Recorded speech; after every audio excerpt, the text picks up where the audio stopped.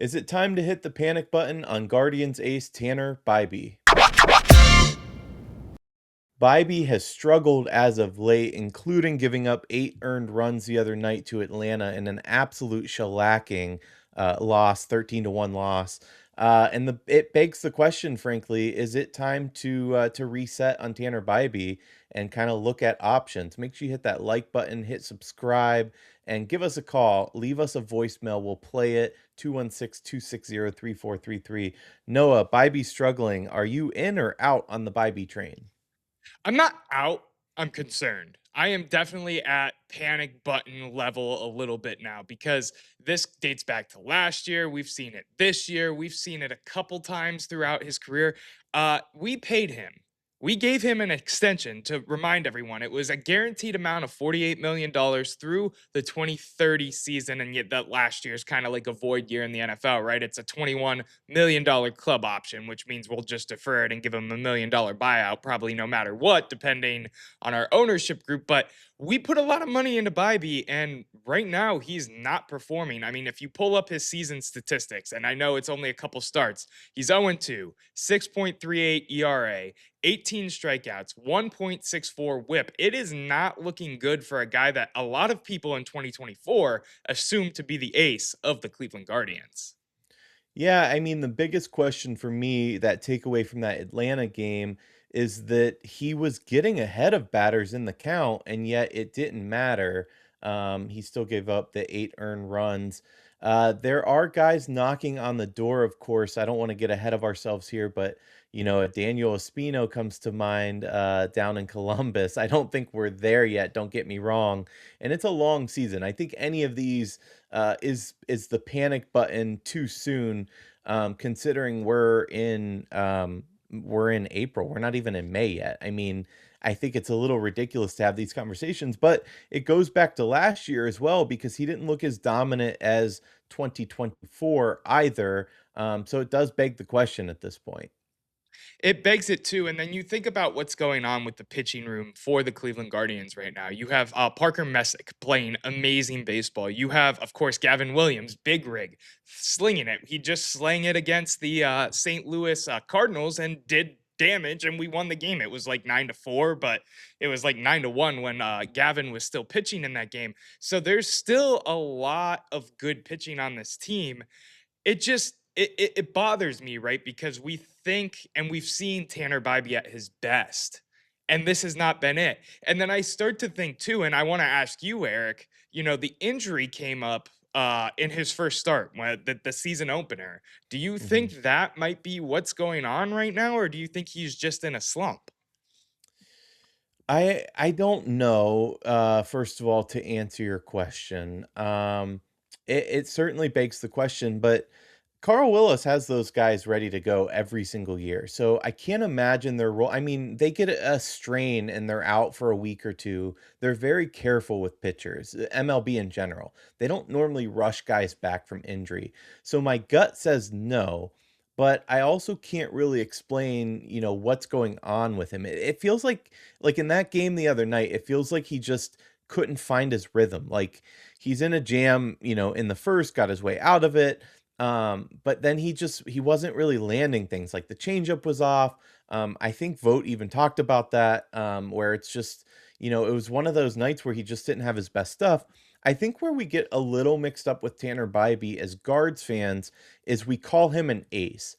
I don't think he's an ace. I think he kind of defaults into that role right now. I think a guy like Gavin Williams has a higher ceiling, but he's not really an ace like we think about guys that have been on the staff over the years. You know, I'm going back Cliff Lee, I'm going way back, obviously, Kluba, etc. Like we've had those aces. I don't think he's that, and I don't think he's ever been that. But we kind of default him into that and call him the ace because there's no one really else to fill that role. Well, let me ask you this. You didn't think he ever had the potential to be the ace of the Cleveland Guardians? Because when I watched him in 2024, I mean, I was on the hype train of let's go buy his jersey type of I think he's going to be that good. And maybe I was just being naive and, a optimistic Cleveland fan as I often tend to be. But I thought the ability for him to be an ace like those names you mentioned was really in there, especially after his 2024 outing and then the contract extension as well. Yeah, for me, and I don't wanna like, I'm not saying anything against Tanner Bibee's 2024 season, he had a heck of a season, but what makes an ace more than 1 season is consistency. I think that's what has been missing from Tanner Bibee. True. He was clearly their best starting pitcher in 2024. I mean, he took over for Shane Bieber, Tristan McKenzie was ineffective. He set himself apart, but he hasn't followed that up, and that's what makes an ace. You gotta replicate it, because otherwise you had one great season. Like, you could say that about a lot of pitchers, but I wouldn't call them aces. So I think the ace talk has been a little premature for him, just because he hasn't followed that season up, and that's what it takes, in my opinion. So you never answered the question officially. Are you worried about Tanner Bibee and where he sits? I mean, he's pitched what, 4 games this season so far? Yeah, 4 games this season so far. Obviously, the game he went out with the injury, and then 3 other ones, 0-2 record. I'll pull those stats up again too to show how not great of a start to 2026 Bibee has had. Are you concerned? Are you worried? What's next for Tanner Bibee in your mind? I'm a little concerned, because we also saw it, last year in the playoffs as well. He started against Detroit twice, if I'm not mistaken, got pulled in the second inning in one of those games in which he gave up like 5 runs, 3 of which were earned. So yeah, I'm a little worried that he just doesn't have the stuff anymore, or he's in his own head. Like I said, I'm not sure what it is, but it's clear to me that something's not working here. He's not the ace, but I would still give it time. Like, don't get me wrong. I don't want to like just pull the plug right now. We're No. not that far in. I said it already. We're halfway through the month of April, which means we're, 1/6 of the way through baseball right now. It's not, we have a lot of baseball left to play. So panicked, no, but concerned, yes. Yeah, so like you're getting up there on the gauge, and I think that's where I'm at too, because you see the track record of last year, you see the track record of where we're at this year, and you think about the injury, and does the injury really even play a factor? Because this is stuff we were seeing out of Bibee, even when he was playing baseball last year. To me, Bibee hasn't been the ace of this team, and maybe there's no one who really gets the real ace title yet because they're all so young and they're still all developing and they're still early enough into their career. To me, the ace since last year, since the emergence of Gavin Williams, has been Gavin Williams. It's been point blank. Period. Right now, if you want to talk statistically, we'll go with our boy Parker Messick because I love watching him battle batters at the plate because the way he just goes into pitching completely fearless at such a young age. It just makes me so excited to watch him pitch. I get so excited when I see he's the one on the bump for our Guardians. But to me, it's always kind of been Gavin. And by always, I mean at least for the last year. Like I was surprised it was Bibee for opening day, aside from the fact that obviously we were kind of giving him his get back from last year because he was sick and he missed opening day starting last season. So here's what I think I want to see out of Tanner Bybee. I want to see, give him a few more games, give him a few more starts. Like I said, it's early.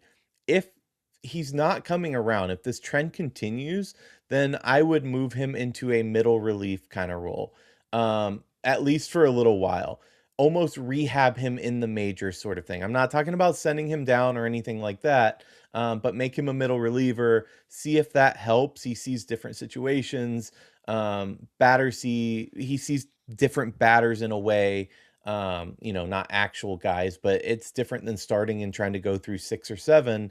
That's what I would like to see, but it's certainly not a trend that we want to continue. How long of a leash are you giving him on this whole situation? Because I think it's early enough where you still obviously can give him a little bit. You can give him a couple more starts, but how many starts do you think that really amounts to? So he starts every What, 4 or 5 games? I would probably give him 3 more starts. So you're putting it what towards mid May before you're making a decision for sure on that? Probably, because I don't think he's gonna give up 8 earned runs every single time. He won the opener. Offense is carrying the day lately. I mean, they just routed St. Louis. So I think the leash is longer than maybe you're expecting my take to be. No, I wasn't expecting it to be shorter by any means. I'm all for, especially in the game of baseball, giving people time. And especially when it comes to this Guardians organization, maybe I'm just wired because of all the prospects we have up right now to give everyone time. I think about, Kyle Manzardo, and he's kind of started to catch a little bit. I'm not saying he's catching for sure yet, but he's caught on a little bit with this hitting. I think about any of these young names, right, that are up here and the ebbs and flows of that. And Tanner Bibee to me is no difference. I mean, we've seen the brilliance in his game, even at times this year. I mean, you talk about that opening day game. Yes, he ended up giving up 4 hits. I think 3 of them were home runs, but 3 of them were solo shot home runs. And he was kind of dealing the rest of the game aside from those 3 specific pitches. So to me, I'm 100% there in terms of giving him a longer leash. I do kind of like the idea of letting him be a rehab, a recondition, whatever you want to say, fix it in the majors type of situation and let him be in the pen. And maybe that's just because I love how deep our bullpen is. So let a guy who's really good at pitching the baseball take an inning or two there. And maybe you have like a Logan Allen come up or whatever to spot start and fill that as Bybee tries to figure out what's going on with his game. I do like that idea. But I am concerned. There's no reason not to be concerned because I mean, it really hasn't been fantastic for Bybee on paper thus far this season. Yeah, that's the exact I mean, you're exactly right. That's exactly why we didn't trade Logan Allen. I'll say too, we talked about injury and you brought it up again there. Maybe he's hiding how bad the injury is from staff. I mean, maybe it's not on the guards necessarily, but it's on Tanner Bybee not wanting to lose that spot. Bit of a lighter note, did you see where he wants the gold glove this year, apparently? So he took that pop up a couple days ago, and then the other day, the entire offense swarmed him so that he wouldn't take the second one. I did see that clip. That the them covering him and then him also getting that moment. It's funny. Those highlights are all over the place if you haven't gone and seen them already. You bring up an interesting fact because I thought about that too. We know Tanner Bybee is a fiery guy. Remember that moment in the dugout last year that we thought might be the vote locks the locker room moment when it was really let's turn this ship around and end up ending our season like 2025 did. We know Bybee's a fiery guy. He's a passionate guy. He wants to win. He wants to be in there. So I could see that maybe being part of what's going on here. But then I also think about last season and how he was kind of up and down and shaky, like he looks like right now. So does it really matter? Is it really just maybe in his head or he's losing his stuff a little bit? Yeah, I don't know. That's why I want to give him a bit of a leash, and I think he's earned it. It'll be interesting to see where this develops. I will say that I really hope that he can work through it because he is signed through, I think, 2029 with a club option for 2030, if I'm not mistaken. Correct, and That's that 2029 season is a $21 million contract. So he steadily climbs. Like this year he's making 4 million, next year 7, 10, 21, 21 club options. So he's gradually growing into what should be an aces contract and right now since 2024 I mean neither of us have seen it. Yeah, and I'll say the strategy with his contract was probably never to let him see those numbers, by the way, especially under current ownership. They expected him to remain an ace like pitcher so that they could then deal him and get plenty for him. At least that's what we see in other Guardians pitchers over the years. But if he just completely tanks and loses it, they are going to be on the hook for all of that cash. Well, I mean, so far so good for this Guardian season, though. Not for one player though. CJ Kafis, we have an image spotted around Cleveland. Yeah, the Cleveland fandom paparazzi was out and about yet again. A picture of CJ Kathis surfaced on X and it was going around of CJ Kathis at the departure slash arrival gate at Cleveland Hopkins Airport. Not too long after that, roster moves came out. George Valera is officially on the active roster. Same thing with Hunter Gaddis, CJ Kafis, and Kobe Allard go down. What are you looking at? I know we'll talk more in depth about this as they get acclimated to being on the major league roster again. But what are you expecting out of Valera and, of course, Hunter Gaddis, one of our better relievers in this bullpen? Well, first, let me start with the fact that we really need to fly him? I mean, we're so cheap with everything else. He couldn't have drove 2 hours down to Columbus. I'm just saying, just throwing it out there. I'm really excited to get Hunter Gaddis back. I think that helps a lot. I miss him in the pen. So that one's exciting for me. Valera, I'm excited for this too. I think we're starting to kind of see the final form of this Guardians lineup. I think that we'll see longer term. We've been waiting, we've been introducing a lot of the younger guys.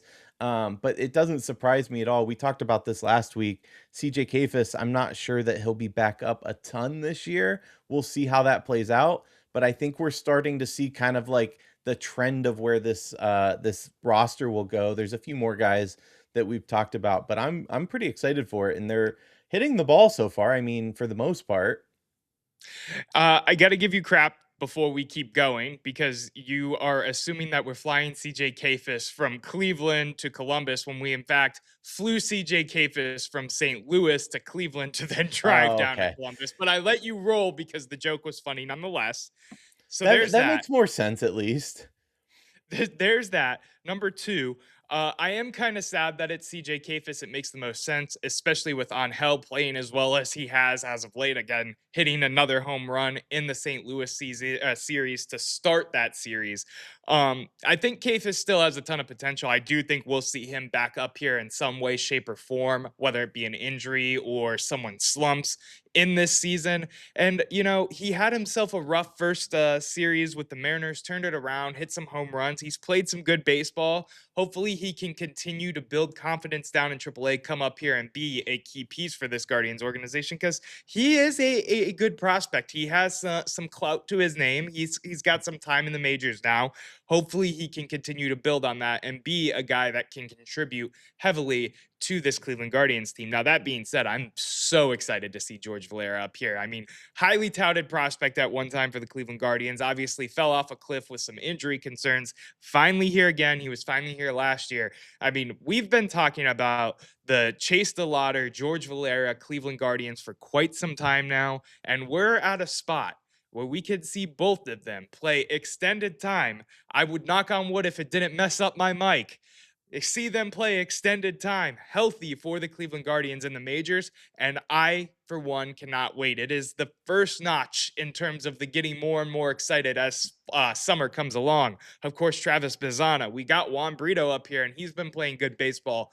I am excited about these young guys, and I'm excited about these moves and to keep this train rolling. I know we lost the Brave series, first series loss of the year. We bouncing back right now. Let's take this St. Louis and move on and beat the Orioles as well. Yeah, I'm excited too. George Valera is that, raw power kind of guy. I would expect normally him to be pushing Martinez out, but he's playing so well right now, like You that can't. changes things a little bit. You can't like his bat is hot, so you can't obviously send Martinez down. So it'll be interesting how they mix that in. But yeah, seeing Valera up, I hope he can stay healthy because he's a power bat, and this lineup all of a sudden starts looking kind of nasty. Yeah, it does, and I think that's something I'm realizing as we're talking right now too, Eric. I get really excited, and maybe it's because of the competition with these young guys, right? Like you would think it would be on hell going down. Maybe Kafis stays in that utility, outfielder role, whatever. But on hell's playing such good baseball right now. Kafis has to go down. Watching guys compete and it benefit us as fans and the product on the field. I mean, it's just exciting baseball right now, and you can still cheer for all of the guys because I want to see Kafis come back up here and do his thing, and I want to see Angel do good, and I want to see even a guy like Bo who's been up here sometime and is still not hitting well, and Austin Hedges is batting better than him right now. Like the competition is just so fun to watch, and it just results in better baseball on the field, and it just gets me excited every time we see one of these young guys blossom and overtake or undertake and try to figure it out. Yeah, I mean, guys like you talk about utility players. Daniel Schneemann is another. Like, that we have a good problem to have right now, and it's that a lot of people are producing, people that you don't expect. That's great. I hope it continues, of course, into the dog days of summer where things get rough. Wrap up notes. That was the first series that we lost against Atlanta of the year, so that bodes well on it, obviously. And then they get back right back to winning against St. Louis. So things are looking up, I would say, and I'm still on the positive trend for this team overall. Yeah, of course. The excitement is real. The hype, I think, is real. Guards ball is a thing. We've seen some small ball tactics out there, getting 2 runs off of a single. I believe it was it Rocchio? I think it was Rocchio got that in the first game for St. Louis. So it'll be interesting to see how this offense develops too, especially when you talk about power guys like Delauder, like Valera, getting more at bats. Of course, Jose continuing to come into his own. Manzardo's up here too, and he is a power batter if he can figure it out. So that's 4 guys in the lineup when it used to be Josh and Jose back when we were battling the Yankees in the second round of the playoffs in what 2022, 2023, whenever that was. So to me, it just gets more and more exciting, and I cannot wait for the first $2 beer. Dollar dog night in the ballpark, the energy going crazy. Cleveland summer's back, man. It is back indeed with the weather too. Make sure you hit that like button, hit subscribe. We are the home for all things Guardians, Cavs, and Browns, of course. We'll get back to Browns news soon. Don't you worry. For now, though, the debate never ends, but the show does. We'll see you next time.